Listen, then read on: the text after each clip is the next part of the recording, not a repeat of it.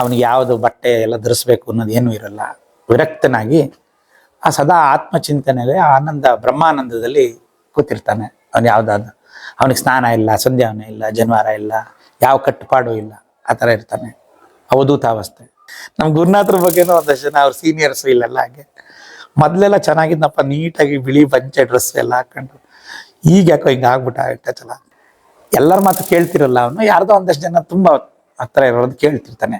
ತುಂಬ ಹೇಳ್ತಾನೆ, ಬಾ ನೀವು ತಿರುಪ್ತಿಗೆ ಹೋಗ್ಬೇಕು, ತುಂಬ ವೈಭವ ಭಾಳ ಚೆನ್ನಾಗಿರುತ್ತೆ, ಅಲ್ಲೊಂದು ವೆಂಕಟರಮಣ ದರ್ಶನ ಮಾಡಬೇಕು, ಅದು ಬೆಟ್ಟ ಹತ್ಕೊಂಡು ಹೋಗ್ಬೇಕು ಅಂತ. ಇವನೇ ಅರ್ಕೆ ಹೊತ್ಕೊಂಡಿರ್ತಾನೆ ಅನ್ಸುತ್ತೆ ಅವನಿಗೆ, ಸರಿ ಹೋಗಿಂತ.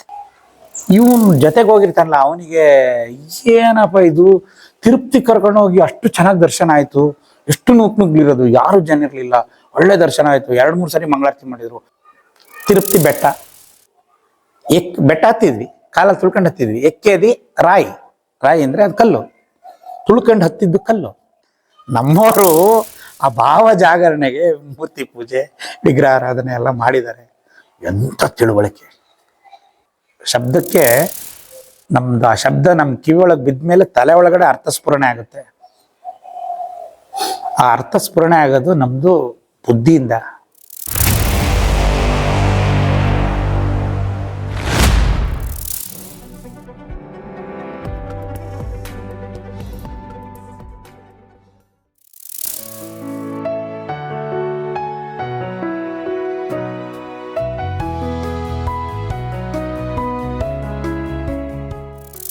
ಸ್ವಾತ್ಮಾರಾಮಂ ನಿಜಾನಂದಂ ಶೋಕಮೋಹ ವಿವರ್ಜಿತಂ ಸ್ಮರಾಮಿ ಮನಸಾ ನಿತ್ಯಂ ವೆಂಕಟಾಚಲ ದೇಶಿಕಂ.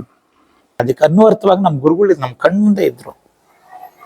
ದತ್ತ ಸ್ವರೂಪನೇ ಅದು ಅಂತ ಗುರುಗಳು. ಯಾಕೆ ವಿಷಯ ಹೇಳಿದೆ ಅಂದರೆ, ವೇಮಣ್ಣ, ಸದಾಶಿವ ಬ್ರಹ್ಮೇಂದ್ರರು ಇವರು ಎಲ್ಲ ಇದೇ ಥರ ಇದ್ರು ಅಂತ ನಾವು ಕಲ್ಪನೆ ಮಾಡ್ಕೊಬೋದು. ಆ ವೇಮಂದು ಒಂದು ಶತಕ ನನಗೆ ಜ್ಞಾಪಕ ಬರುತ್ತೆ. ಅವನು ವೇಮಣ್ಣ ಹಿಂಗೆ ಅವನಿಗೆ ಎನ್ಲೈಟ್ಮೆಂಟ್ ಅಂತ ಇವತ್ತು ಕರೀತಾರೆ. ತುಂಬ ಕ್ಷುಲ್ಲಕ ಪದ. ಆತ್ಮಜ್ಞಾನ ಪ್ರಾಪ್ತಿಯಾಗಿರುತ್ತೆ. ಆತ್ಮಜ್ಞಾನ ಪ್ರಾಪ್ತಿಯಾಗಿರ್ತಕ್ಕಂಥ ವ್ಯಕ್ತಿ ಇದೇ ಥರ.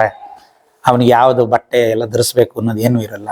ವಿರಕ್ತನಾಗಿ ಆ ಸದಾ ಆತ್ಮಚಿಂತನೆಯಲ್ಲಿ ಆನಂದ ಬ್ರಹ್ಮಾನಂದದಲ್ಲಿ ಕೂತಿರ್ತಾನೆ. ಅವನು ಯಾವುದಾದ್ರು ಅವನಿಗೆ ಸ್ನಾನ ಇಲ್ಲ, ಸಂಧ್ಯಾವನೆ ಇಲ್ಲ, ಜನ್ವಾರ ಇಲ್ಲ, ಯಾವ ಕಟ್ಟುಪಾಡು ಇಲ್ಲ, ಆ ಥರ ಇರ್ತಾನೆ.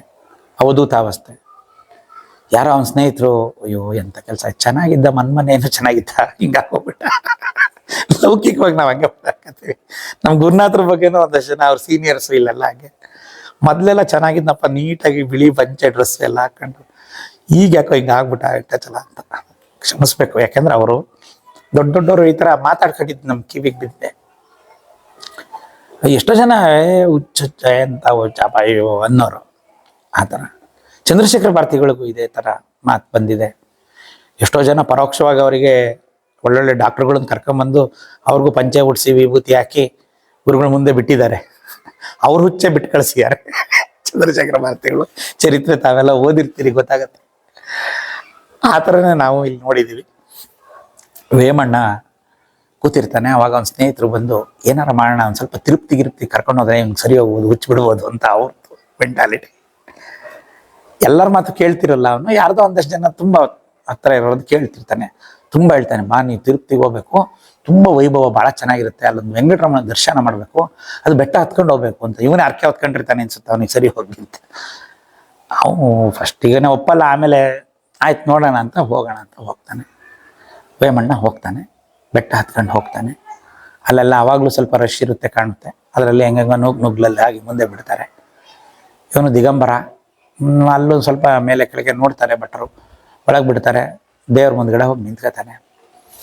ದೇವ್ರ ಮುಂದೆ ಹೋಗಿ ನಿಂತ್ಕೋತಾನೆ. ಇವನು ಪಕ್ಕದಲ್ಲಿದ್ದವನು ಎಡುಕೊಂಡಲವಾಡ ವೆಂಕಟರಮಣ ಗೋವಿಂದ, ಕಣ್ಣಲ್ಲಿ ನೀರು ಬರುತ್ತೆ, ನಮಸ್ಕಾರ ಮಾಡ್ತಾನೆ. 2 ಸರಿ 3 ಸರಿ ನಮಸ್ಕಾರ ಮಾಡ್ತಾನೆ, ಮಂಗಳಾರತಿ ಮಾಡ್ತಾನೆ, ಕಣ್ಣಿಗೆ ಗೊತ್ಕೋತಾನೆ. ವೇಮಣ್ಣ ಸುಮ್ಮನೆ ಹಿಂಗೆ ನೋಡ್ತಾನೆ. ಏನು ಭಾವದಲ್ಲಿ ಬದಲಾವಣೆ ಇಲ್ಲ. ತಿರುಗೊಂದು ನಮಸ್ಕಾರನೂ ಮಾಡಲ್ಲ. ತಿರುಗ್ತಾನೆ, ಹೊರಡ್ತಾನೆ, ಸೀದಾ ಇಳಿದು ಬರ್ತಾನೆ. ಇವನು ಜೊತೆಗೆ ಹೋಗಿರ್ತಾನಲ್ಲ ಅವನಿಗೆ ಏನಪ್ಪ ಇದು, ತಿರುಪ್ತಿ ಕರ್ಕೊಂಡು ಹೋಗಿ ಅಷ್ಟು ಚೆನ್ನಾಗಿ ದರ್ಶನ ಆಯಿತು, ಎಷ್ಟು ನುಗ್ಲಿರೋದು, ಯಾರು ಜನ ಇರಲಿಲ್ಲ, ಒಳ್ಳೆ ದರ್ಶನ ಆಯಿತು, 2-3 ಸರಿ ಮಂಗಳಾರತಿ ಮಾಡಿದ್ರು, ಅಷ್ಟೊತ್ತು ನಿಲ್ಲಕ್ಕೆ ಬಿಟ್ಟಿದ್ರು.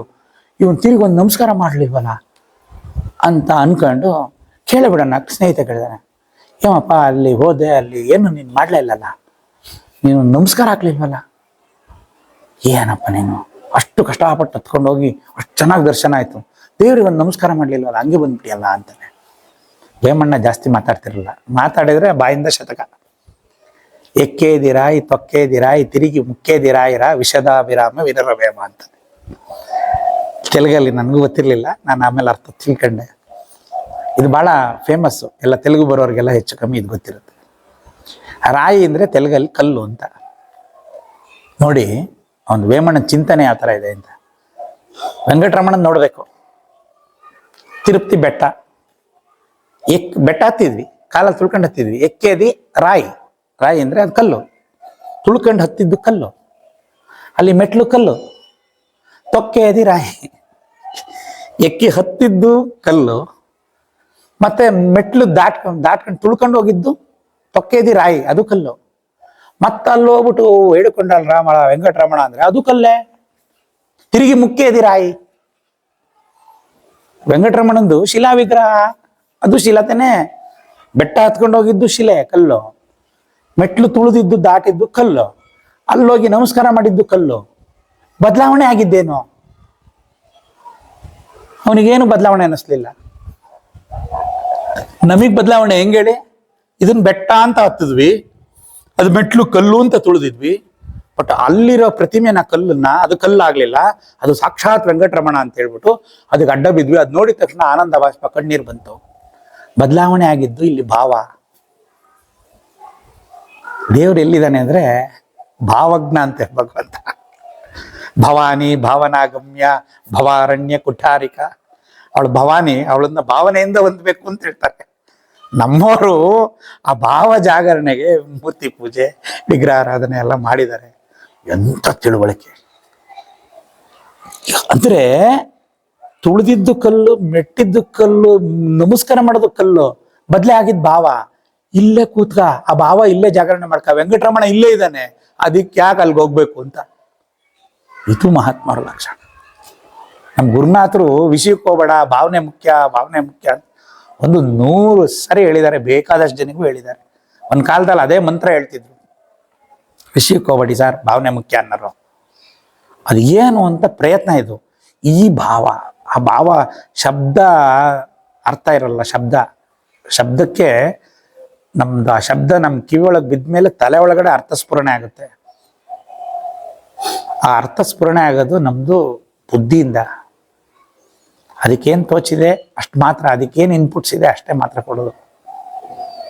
ಆದರೆ ಭಾವ ಹಾಗಲ್ಲ, ಅದೊಂದು ದೊಡ್ಡ ಸಲಕರಣೆ. ನಾವು ಅದನ್ನು ಯಾರು ಬಳಸ್ಕೊತಾ ಇಲ್ಲ. ಅದೇ ಭಕ್ತಿ ಭಾವ. ಯಾಕೆ ಭಕ್ತಿ ಮೂಮೆಂಟ್ ಇದರಿಂದಲೇ ಬಂತು ಅಂತ ಕಾಣುತ್ತೆ. ಆದರೆ ನಮ್ಮ ಗುರುನಾಥರು ಇದನ್ನ ಬಹಳ ಒತ್ತಿ ಹೇಳೋರು. ಹಾಗಾಗಿ ನನಗೆ ವೇಮನ ಈ ಶತಕ ಜ್ಞಾಪಕ ಬಂತು. ಅವನು ಅವಧೂತಾವಸ್ಥೆಯಲ್ಲಿ ಇದ್ದಿದ್ದಂಥ ಒಂದು ವೇಮಣ್ಣ, ಅವನು ಉದ್ಗಾರ. ನಮ್ಮ ಗುರುಗಳು ಅದಕ್ಕೆ ಅನ್ವರ್ಥವಾಗಿದ್ರು ಅಂತ ಈ ಸಮಯದಲ್ಲಿ ನಾನು ನೆನೆಸ್ಕೊತಾ ಇದ್ದೀನಿ. ಸದ್ಗುರು ಚರಣಾರವಿಂದಾರ್ಪಣಮಸ್ತು. ಸ್ವಸ್ತಿ.